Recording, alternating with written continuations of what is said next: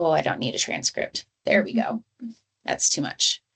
All right. So with that, I will introduce myself and then turn it over to my partner here. So my name is Elizabeth Brewer. I'm the Director of Research and Care Transformation and one of the co-chairs of our Engagement Steering Committee, where this all of this work is housed. And I am joined today by an awesome lady, Dr. Emily Peterson, who can introduce herself. I am Emily Peterson, and I really appreciate everyone for joining us today. I am a nephrologist at Kootenai. I've been here since 2011. This program is really important to me, and I'm really excited to see everybody joining us, and very, very excited about our topic and our speakers today. So with Elizabeth, I am on the engagement committee and also helping with Joy in Medicine transformation. For this part of it is improving belonging within the organization and among our patients. So thank you. All right. So today we have three very well qualified and engaging speakers. We have first up Dr. Susan Melchiori. She is an internal medicine physician and geriatrician, having completed her fellowship in geriatric medicine at UCLA. She is passionate about educating herself and others on successful aging and brain healthy lifestyles. She's on the geriatrics teaching faculty with the University of Washington and with family medicine residency in Coeur d'Alene. This month, she's joining with Kootenai Health to build a geriatric-based memory consultation clinic at their Coeur d'Alene campus. And I believe that just started last week, right? So I welcome and appreciate Dr. Melchiori for joining us today. I'll turn it over to you. Okay, great. Thank you. Appreciate that. And I'm happy to be here. And I agree, this is such an amazing topic that is so important, especially at so many levels. And thank you for putting up the screens, Elizabeth. This is a topic that is probably near and dear to everyone's heart, either personally or professionally, and probably both, right? We can all experience it a little. So my role in this today, I'm going to kind of launch the discussion. My goal is to make sure we have a good definition of what is loneliness, talk a little bit about why we should care about loneliness, the risk factors, and health effects. So if you can go to the first slide, or the next slide, this is an example that I'd like to share. The names have been changed to protect the innocent, of course. Sarah has been her mother's caregiver since her mother was actually first diagnosed with a vascular dementia several years ago. As her mother's disease has progressed, Sarah decided it would be best to actually live with her mother. So she now lives with her mother. In the most recent months, though, her mom has required more and more care, including help with bathing, dressing. She takes her mother to all the doctor's appointments, helps with meals, helps with medications. She's basically needing to be there for all her intermediate ADLs and some of the basic ADLs now. Sarah feels so grateful that she can do this for her mom, that she's in a position that she can take this special season of life. But she does admit she often feels overwhelmed. She's distant from her friends. And even when her friends reach out to her to do something, she's often too tired to join them when they call. So this is an interesting case. I want you to kind of think of this as we talk through this next few minutes about both her mom maybe being lonely or isolated, as well as the caregiver role of Sarah. So if we can go to the next slide, we want to kind of discuss what actually is the definition of social isolation and loneliness, because they're related, but they're actually different. Social isolation is actually the setting or the physical separation from other people. And then loneliness is more of the feeling. It's the subjective, distressed feeling of being separated or alone. And it's interesting, of course, that it is possible to feel lonely while we're among other people, right? And it's also possible to be alone and feel perfectly fine with that. And it's interesting that there are equitable and all the social determinants of health that you're going to hear about next that can play into this, and some of the reasons why. So if you can go to the next slide, it turns out that there's actually 3 vital components to what makes a good social connection. And structure, function, and quality are the 3 components. It's kind of interesting to think of this. Structure will refer to the number, the variety, the kinds of relationships, and the frequency of those interactions. So this could be your household interactions, how many friends you have interactions with. Function refers more to the degree to which those relationships actually serve various needs. So how emotionally supportive are these relationships? Is it a mentoring relationship? Is it more of a learning relationship? How supportive are these relationships in times of crisis or need? And then the quality, whether it's a positive or negative aspect to those relationships. Some relationships we can think of are very satisfying, and others are those draining relationships, right? So if we think of all the people we know, we can sometimes pigeonhole them into one category or another. But all these 3 components together go into helping what would be a vital social connection. So if we go to the next slide, I want to review some of the risk factors for loneliness and social isolation. Of course, when we're physically separated from others, that is a risk factor. So loss of mobility, being able to actually get out and around with friends and other people. Vision or hearing problems can be huge, and especially in an aging population, hearing can play a large role. Many folks you may know will start to isolate and actually withdraw from those social connections because they can't hear well in social situations, and that sets up a greater risk for this syndrome. Other psychological or cognitive challenges may also separate people. A feeling of a lack of purpose. And this is huge when we think about inclusion and equity, is does a person have a sense of purpose? And we're made to have a purpose in life, and when that is lacking, it affects one of those 3 vital components within our social connectedness. Financial struggles can also play a role. So sometimes isolation occurs because someone feels they can't afford going to the movie or afford going out to a party or restaurants with other people, and they start to isolate. That is huge when we are talking about equitable social distribution. Living alone, of course, lack of transportation, and not being able to get out of the house without the help of another person.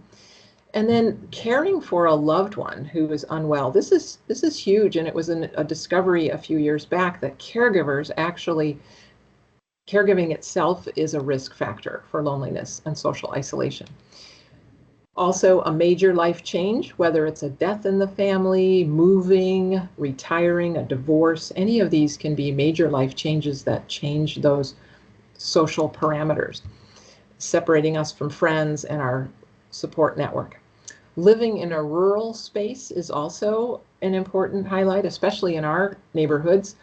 An unsafe or hard to reach neighborhood can also separate us from our support networks. And I want to raise the idea of internet connectedness, because that could be a very important financial or equitable distribution where internet access could be limited and lead to more social isolation. And then, of course, experiencing discrimination, whether it's age discrimination, racial, ethnic, sexual, gender identity discriminations. These also tend to lead to that separateness that is a risk factor. And language barriers, of course. So we can go to the next slide.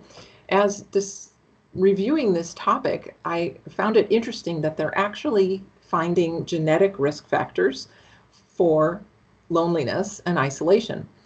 The heritability of loneliness may actually be as high as 37 to 55%, looking at certain twin studies or family studies. So imagine this, that there may be people who are more prone to feeling isolated based on their genetic makeup.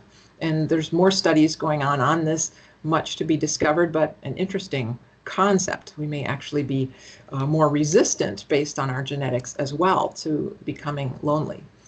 So the next slide, want to review Sarah's case again. So Sarah, we don't know about her genetic risks, of course, but she has a number of social things going on, right? She's now a caregiver, a full-time caregiver.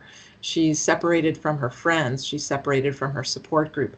She has a sense of purpose, which can help, but on the other hand, she's becoming overwhelmed and stressed by that task and not able to have the energy even to spend time with her friends. So she's becoming more isolated based on her own bandwidth or energy for that.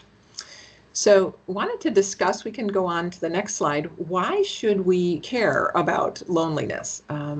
It actually, you probably all know that back in 2023, the Surgeon General, Dr. Vivek Murthy, had declared that loneliness and isolation is actually a public health crisis. In recent years, and this was before COVID, 1 in 2 American adults reported experiencing loneliness. And his argument is that it affects not just the individual, but the whole society. Individually, he highlighted mortality effects. Imagine that loneliness actually has the mortality impact similar to smoking 15 cigarettes a day.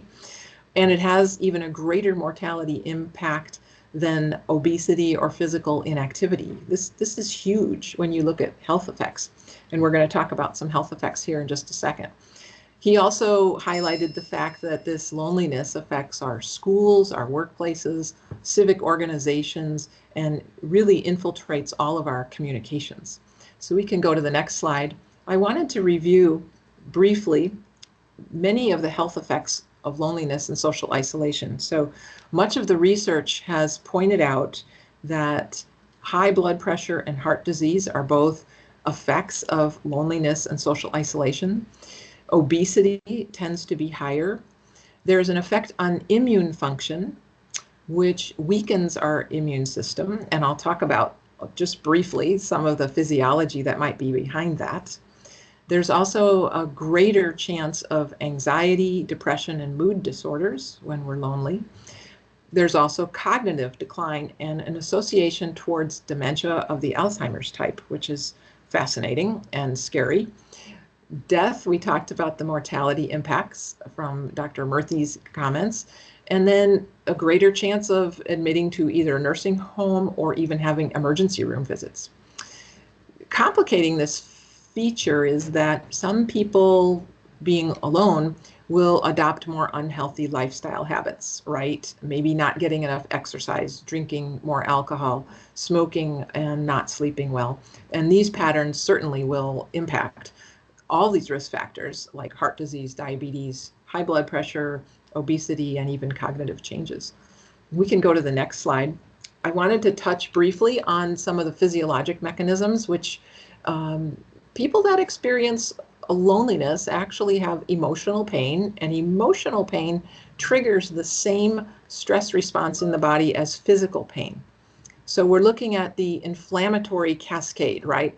I decided not to put up the whole inflammatory cascade because it's mind-boggling and we don't remember it and we know it's terrible. But recognize that long periods of time of chronic inflammation lead to reduced immunity. It can change blood cells and coagulation cascade factors as well. This is the underlying pathophysiology mechanism that's believed to be highlighting greater disease vulnerability. So over a long time with uncontrolled or chronic inflammation, when it's not helping us, actually hurts us. So on the other hand, research shows that having a purpose in life actually reduces those inflammatory factors. So that can be a good thing. These are just some quotes from Dr. Cole, who does a lot of research at UCLA on the inflammatory cascade. And he describes loneliness almost as acting as a fertilizer for other diseases. The biology of loneliness accelerates buildup of plaque. It can affect cancer cell growth and spread. It can promote this inflammation that we've talked about, both for weakened immune system as well as cognitive dysfunction. And truly, the chronic immune system inflammation, it helps our bodies initially, but then it becomes dangerous to us, as we know. So the last slide actually just is a review, and to summarize that the difference between social isolation and loneliness being isolation a situation and loneliness a feeling, but they both can have these health effects. Risk factors include life situations as well as equity, inclusion, diversity factors of finances, rural life, even our access to services, and genetics can play a role, which is fascinating. Loneliness, social isolation can increase risk for numerous health factors, but especially thinking of heart disease, obesity, immune function, cognitive and mood disorders. So I'm going to ask, what can someone like Sarah do? And then I'm going to turn this back to the panel for solution pathways. Thank you. Thank you so much, Dr. Melchiori. That was fascinating. A really nice summary. I think it's a great learning point for me that social isolation doesn't equate with loneliness. They're risk factors for each other, but they're not the same thing. So thank you so much. And if anybody has any questions for Dr. Melchiori or anybody else as we go along, please feel free to just chat them in and we'll write them down and then leave the questions for the end. So thank you so much. Next up, we have Heidi Casebeer. She is our inpatient social work supervisor with the Transitional Care Services Department. She's been with Kootenai Health for just over 6 years and has over 30 years of experience as a medical social worker, working in acute care, skilled nursing facilities, hospice, and assisted living. She is passionate about the geriatric population and always excited to connect and collaborate with others to improve patient care. So thank you so much for joining us, Heidi. I will turn it over to you. All right, thank you. And thank you, Dr. Malchiori, for a great introduction to this topic. When I first heard that this was going to be a topic, it's like, oh, this hit me, personally, just based on my own life things. And I think everyone out there has at some point in their life or are still currently having issues with loneliness or social isolation. And so getting ready for this presentation, it just kind of confirmed some things that I had known kind of away and was very happy to be able to present on this. Next slide. So just to kind of recap what was already kind of presented, with loneliness, think of that as more of a feeling, a disconnect, and you're not close to other folks. And it refers to more of the quality of relationships and their network, and social isolation is more of a situation for not having relationships, and it refers to the quality and structure versus that. So with loneliness and socialization, they are components of social drivers slash social determinants of health. I mean, that's something that we have had as part of our workflow here at Kootenai Health about the social determinants of health. Next slide. So for those that are not familiar with the social determinants of health, the World Health Organization has defined it as a condition in which someone is born, grows, lives, works, plays, and ages, and the systems such as economic policy and social norms that affect a person's health risk and outcomes.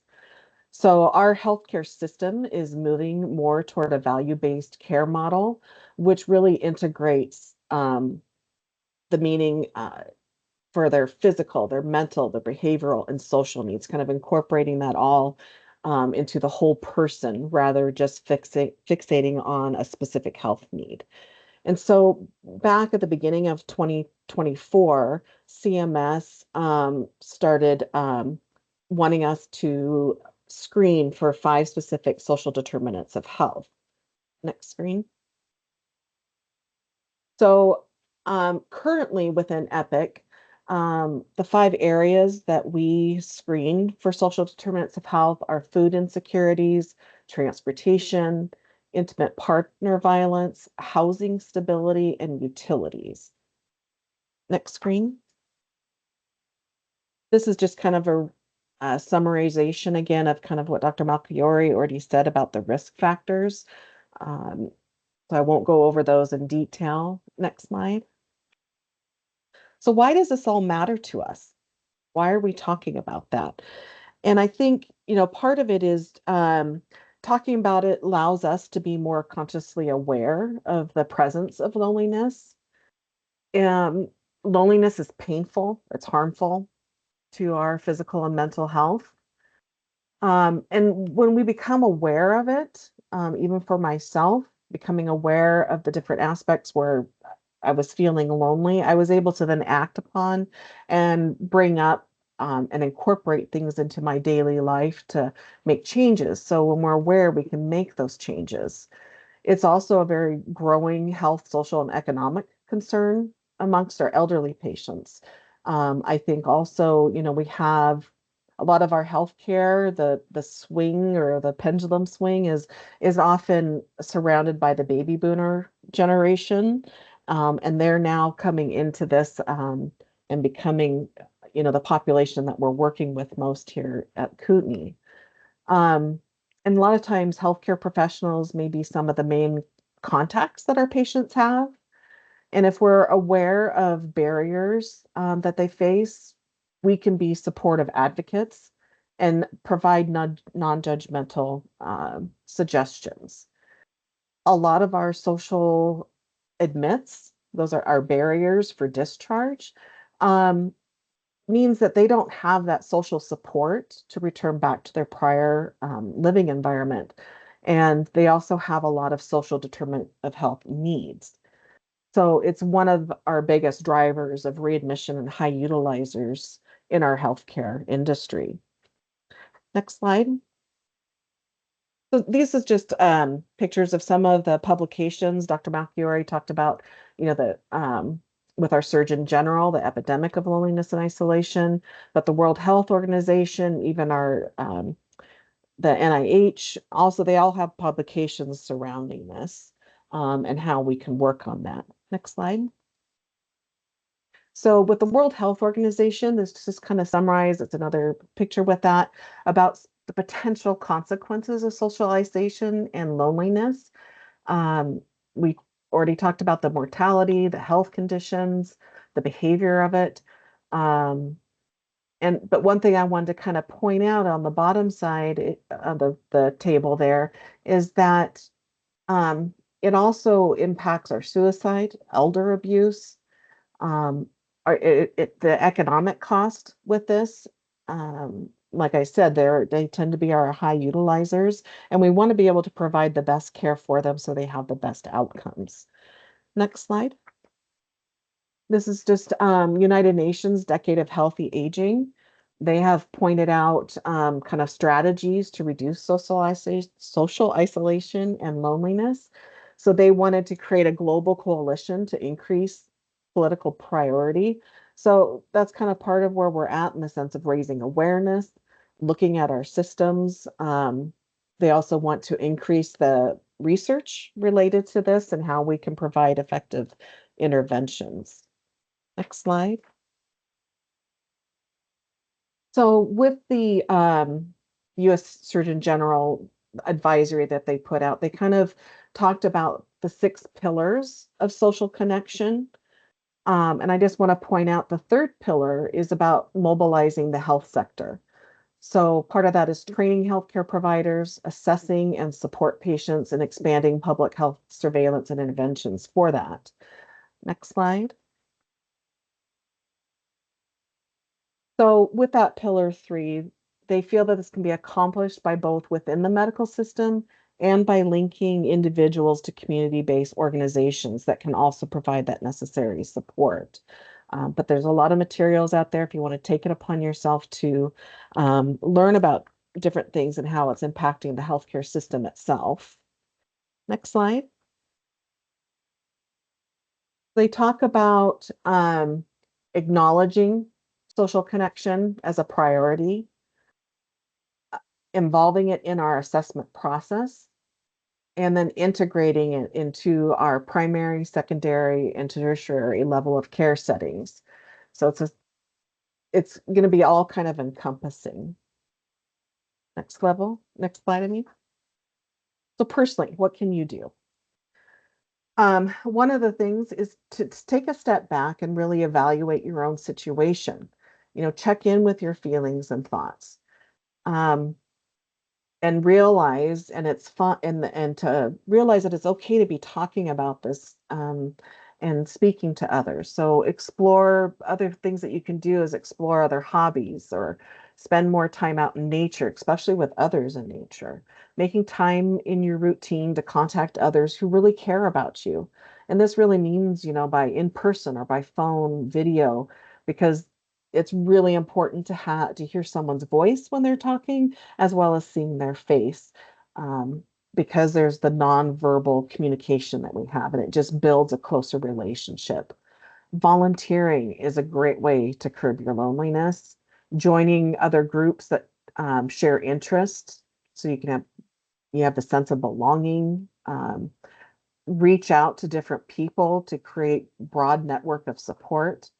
Find ways to be responsive and supportive and grateful to others.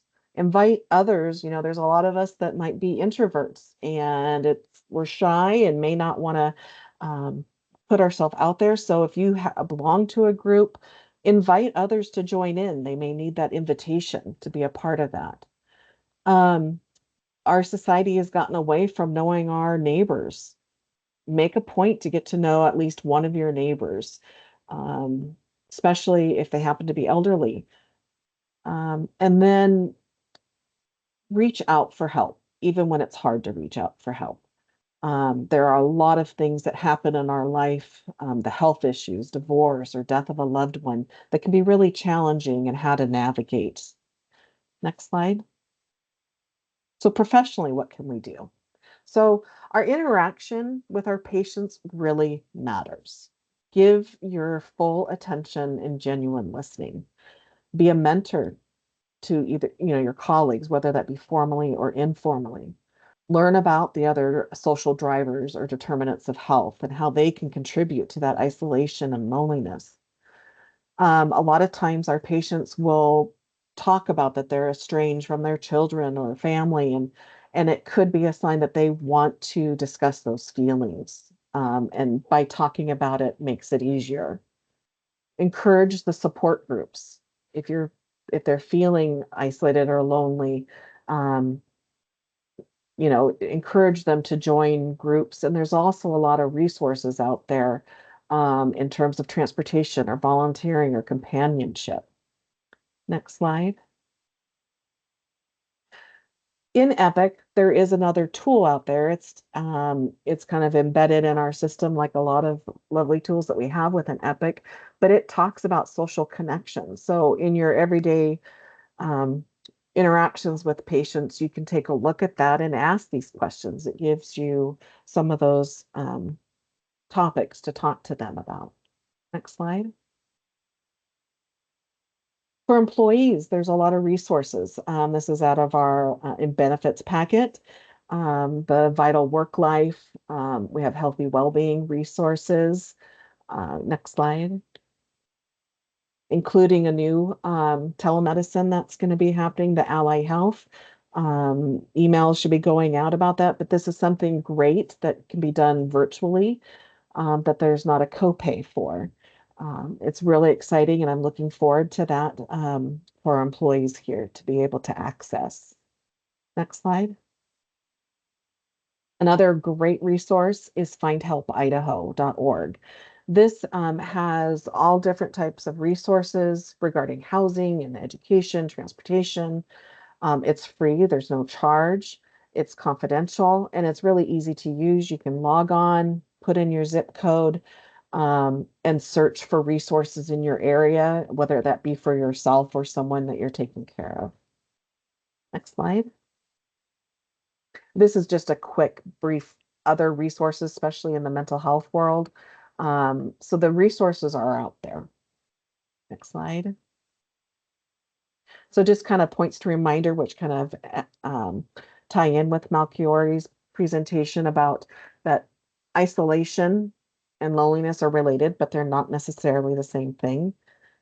Social isolation is a situation, whereas loneliness is a feeling. Older adults are at a higher risk. It can increase the certain health problems. And participating in activities and maintaining relationships can help you stay connected, and small acts can make a difference. There are always ways to create new and stronger relationships to improve health and well-being, and each of us can work to build valuable connections. Next slide. That is it. Thank you so much. I appreciate the time. Thank you, Heidi. That was fantastic and really helpful to see some of those local organizations and also what's available in Epic currently. And just a reminder, if you want to chat in any questions, I see a couple coming through, so that's great. Next up, our next speaker is Daniel Perry, who has served as the project director of the North Idaho Senior Companions Program for the Panhandle Health District since 2017. He is a Vietnam-era United States Air Force veteran and former police officer. For 35 years, he served as a pastor and chaplain. He received his master's degree in counseling and earned his doctorate of ministry degree in 2005. He is passionate about serving the senior population of North Idaho. Welcome, Daniel. Thank you so much for joining us today.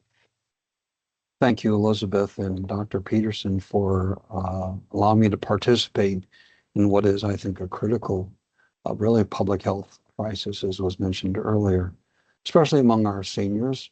And I'm certainly honored to be in the company of Dr. Melchiori and Heidi, who really laid out for us the foundation for this. As an aging baby boomer myself, I think I'm going to get a hold of Dr. Melchiori and make some kind of appointment to talk to her.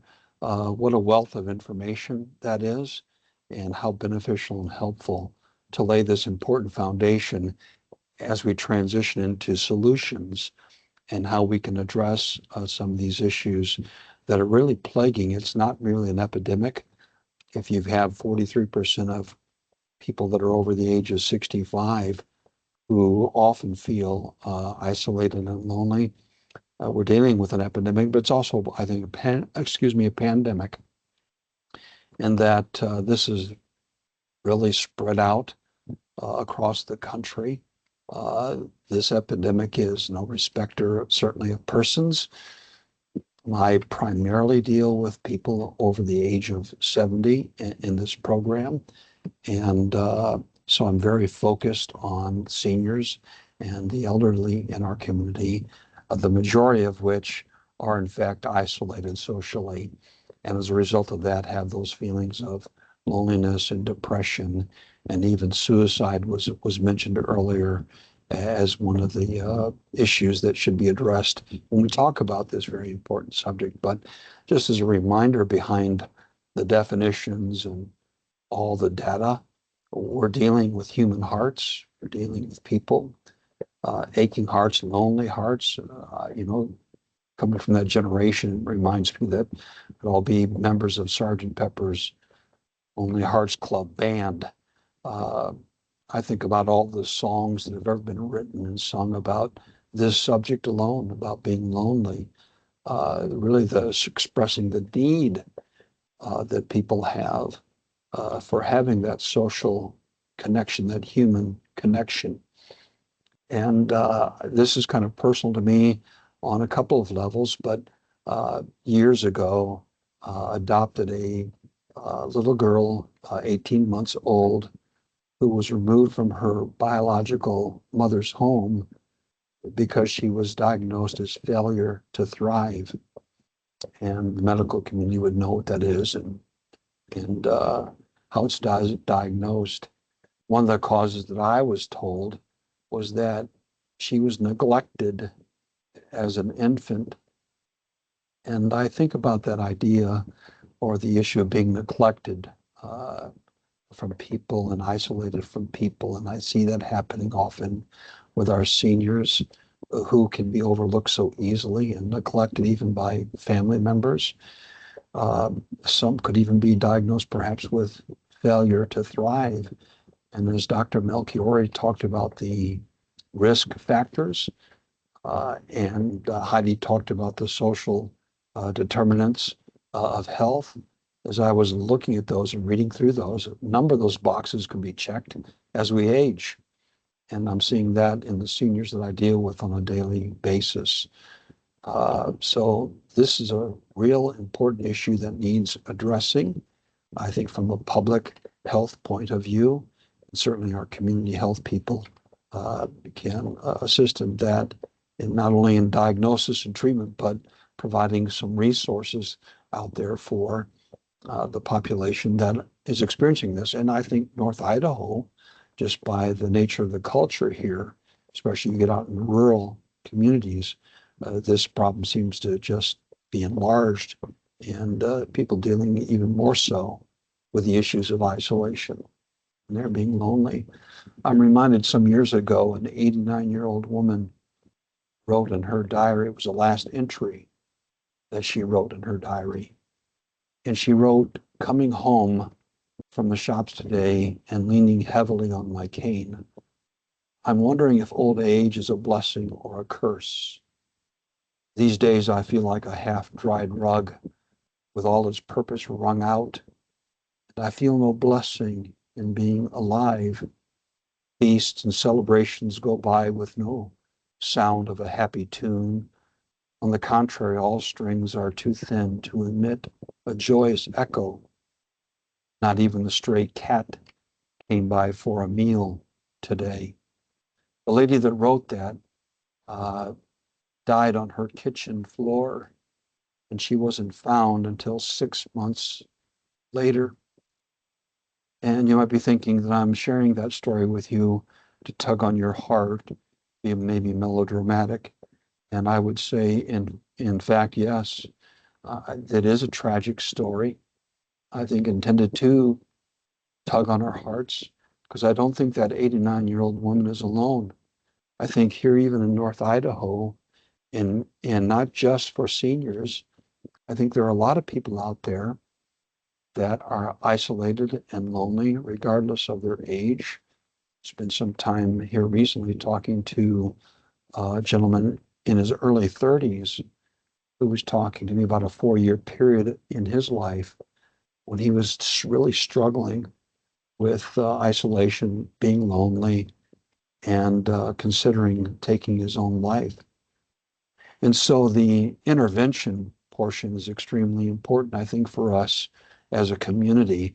And thankfully, Panhandle Health District has been a strong sponsor and supporter of the North Idaho Senior Companions Program since 1987. Primarily what we do is we utilize senior volunteers who are still active to go into the homes of inactive seniors who are isolated and lonely and perhaps have a physical limitation. And we send our seniors into those homes to provide a friendly visit, to provide community and a social connection for these seniors.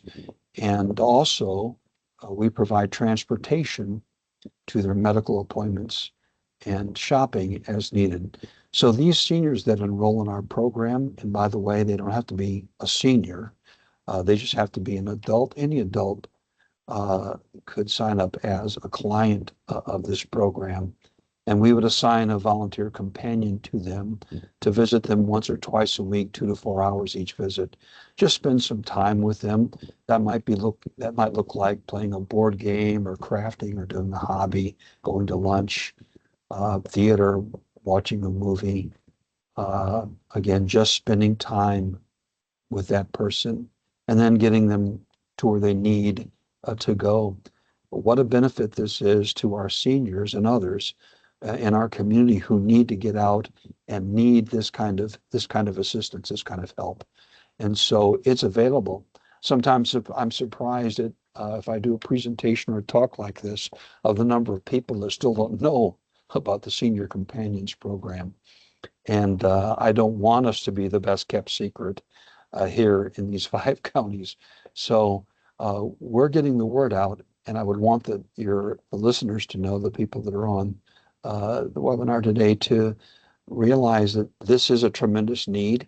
You may be a caregiver, in fact, for one of your loved ones, maybe a mother or a father, and you need respite care for them. That is something that we do as well in this program. So the caregivers can get out, catch their breath, and run their errands. We provide that respite time so that they can get away. So the resources are there, and I'm a little biased. I think this program that we have, we don't charge our clients anything. They don't pay a fee for our services. It's free to them. We service all 5 counties of North Idaho. It's a very simple process to enroll in our program, again, regardless of your age, even though I think this is touching more on our senior population. But you might have someone out there too, because we couldn't do this program without our volunteers. And so we're also needing people to volunteer. To be a volunteer, you have to be 55 years of age or older, have reliable transportation, pass a criminal history background check. We do about 20 hours of pre-service training for our volunteers. So there's always that balancing act of needing volunteers and needing clients. And we can't grow the program and meet this, what is really, I think, ever expanding need in our communities that's kind of outpacing our resources. We can't keep up with the demand. We have a number of clients that are on our wait list. We can't meet those needs without the addition of volunteers. And so I'm looking in the chat, and we have partners such as the Area Agency on Aging, the Alzheimer's Association, the Veterans Administration, all of our senior centers, meal sites, our social and case workers within the various hospitals, Coeur d'Alene Tribe, many others that we're partnering with. So I think the benefit probably of this is not just merely inspiration and information on what's available out there. It's collaborating with everyone, networking, so we all can work together to reduce social isolation and loneliness in North Idaho. And I thank you again for your time, and really for me the privilege of tagging along with Dr. Melchiori and Heidi, who are really the subject matter experts in this field. But I'm here to help, thankful to do so. So appreciate it. I'm going to put my contact information in the chat. So if you have a need, or maybe you're requiring some help, respite care, or you're looking for companionship, then please feel free to reach out to me. Be happy to help you. Thank you so much. And this is just such a valuable service. I told Daniel when we first called him that I had an experience. I actually embarrassingly had not heard, one of those people that had not heard of the Senior Companions Program earlier this year. And I had a patient come in who was having failure to thrive. She was living alone in her early 90s. And nothing we talked about seemed to make much of a difference as far as her failure to thrive. And she took it upon herself to find a senior companion, came back into a follow-up visit and had gained 5 pounds, was visibly happier, and could not stop raving about the Senior Companions Program. She said that she had worked as a volunteer, as a companion herself, and was able to, as a result, recognize the need in herself for somebody to be with her. And her companion was out in the waiting room, had driven her to her appointment. So it was a learning experience for me, for sure. So thank you so much for everything you do. Absolutely. And I just want to open it up for a few questions.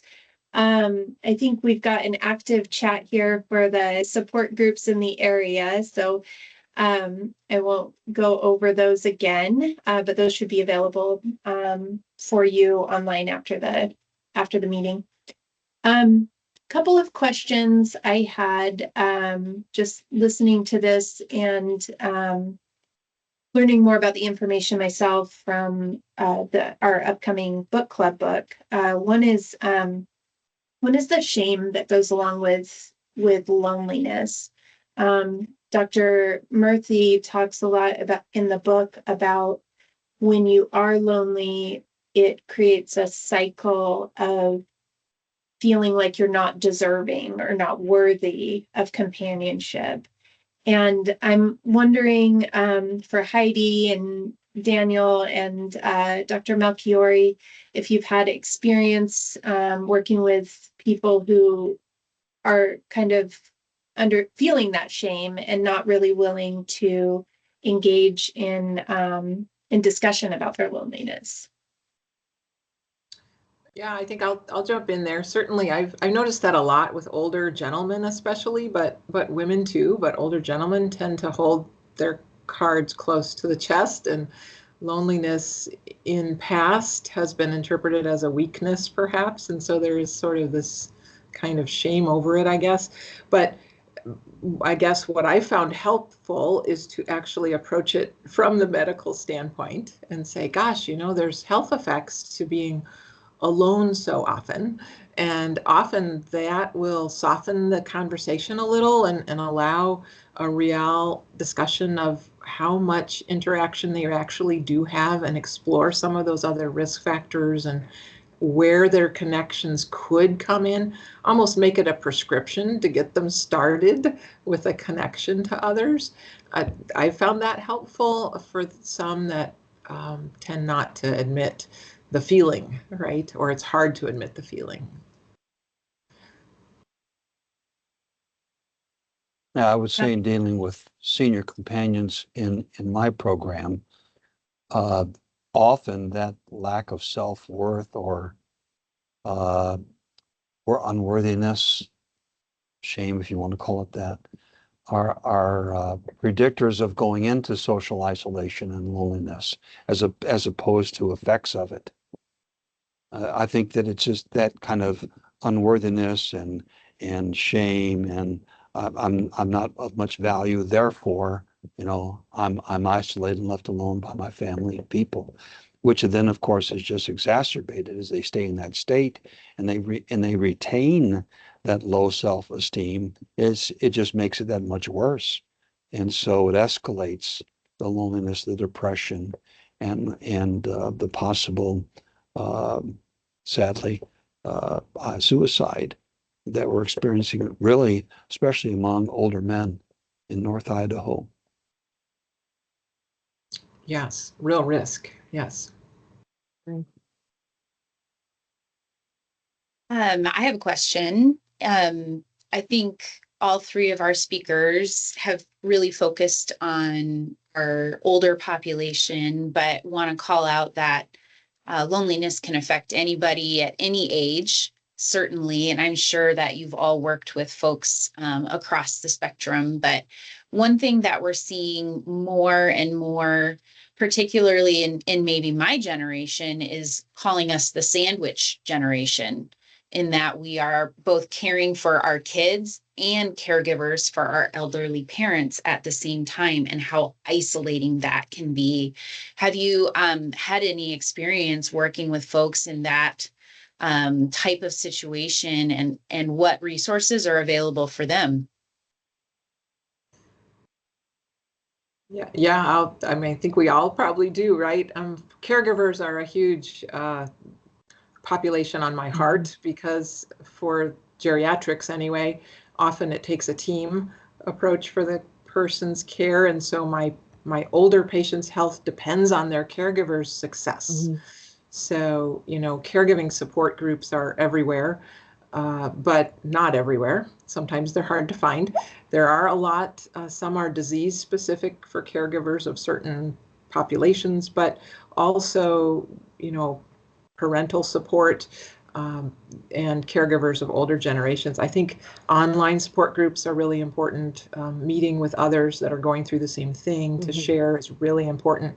Making sure resources are there and respite care so the caregiver gets a break, whatever that looks like. A senior companion coming in, some other in-home care, using a day center, bringing in partners to give a break. It's so important. And I think we all need to be stressing that when we see, oh, this person is caregiving, because caregiving is a huge risk factor for loneliness and isolation. And it's not selfish to want to get respite or to ask for help. Correct. It's okay giving them the permission to take care of themselves. And I would, just as a reminder, to be a client in the Senior Companions Program is you have to just be 21 age or older. And we do provide respite care for caregivers. That's great. Thank you. One other thing that I've been kind of mulling over here while you've been talking is we really talked a lot about the difference between loneliness and social isolation and how people can be, surrounded by friends and family and yet still be very lonely.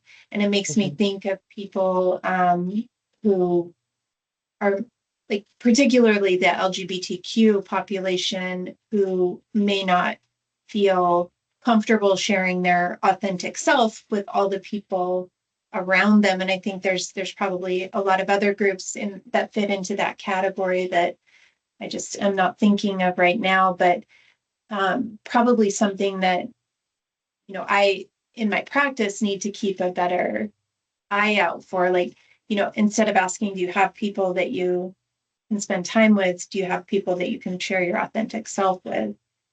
That type of thing. Do you have any thoughts on that? Well, I think as, healthcare providers, when we're in here, is making the environment safe to talk about that. And I think some of the questions or things that we talk to our patients about and making it open for them to bring up those topics. I think the more that folks can talk about their concerns or their needs, it's really important that we allow them the opportunity to actually speak. Yeah, I agree. And often just asking, what support do you have? Do you have support for yourself? And just leaving it open-ended so that it's not assumed in any particular relationships going on. So yeah, to ask where do you get your support from? Who makes you thrive? No. Absolutely.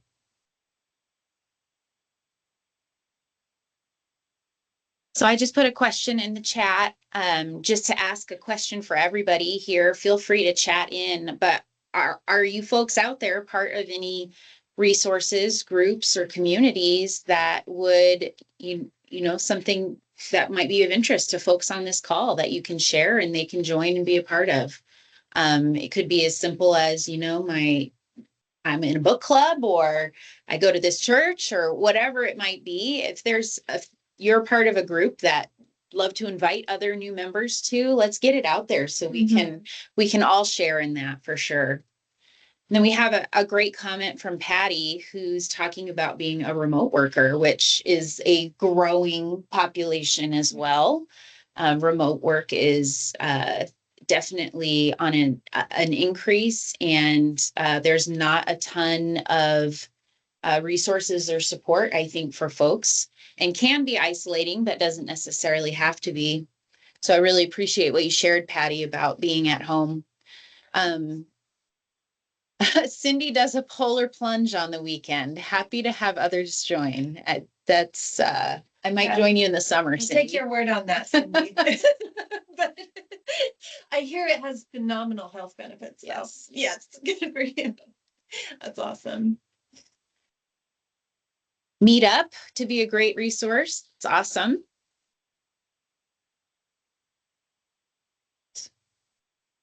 Yeah. all free meals from the churches, absolutely. And I think just kind of to bring back that idea of volunteering your time as a way to combat loneliness really is a very effective way to do that. There's some nice examples of that in the book that we are reading for this month's book club, of, you know, the older people finding value in volunteering for organizations like Meals on Wheels and, you know, Senior Companions and things like that. Yeah. I'm part of the North Idaho Youth Symphony Board. That's one of the ways I volunteer and share my time. And it, you know, brings me together with a group of people that have a common interest. Mhm. But one of the things they talked about in the book in general was just sharing music or events or cultural events with other people, and just attending those things as a community really can draw you in and reduce that feeling of loneliness as well. And there's something about music and experiencing music, especially as a group, that really can have a big impact on you. Mhm. We have I, lots of arts yeah, organizations here in the community. I Sorry, go want ahead. to, well, I want to echo that. All my volunteers would testify to the fact that before they got involved in the Senior Companions Program, they were feeling lonely and isolated and depressed. And as soon as they started giving back and getting involved in the community and, you know, getting outside their home, the benefit for that, uh, it's good for the client, but it was great for them. All those things were reduced, and their mental health, their physical health, all improved. And we have an amazing volunteer program here at Kootenai Health as well, for anybody who has folks that are looking Yes. to spend some time, just 4 hours a week. Pretty great. So we are going to go ahead and close for today. Again, thank you so much to Daniel, Dr. Melchiori, to Heidi. We are so grateful for you for willingness to share your time and talent with us. This has been a wonderful discussion. We do have our upcoming book club that will be on December 13th from 12 to 1 p.m. We have chosen the book together from Dr. Vivek H. Murthy, who was referenced in our session today. He's the Surgeon General and had developed the guide around the loneliness and isolation epidemic. It is very good. It's a very fast, easy read. Lots and lots of different examples and stories in there from across a number of different demographics, and ways that communities are coming together to help combat loneliness. So highly encourage you, if you can, get a copy of it and read it. But even if you don't have an opportunity to read it, all are welcome at our book club. So please come and join us on the 13th. Thank you, everybody. Thank Thank you. Thank you. Happy Thanksgiving. Happy Yes. Thanksgiving. Bye.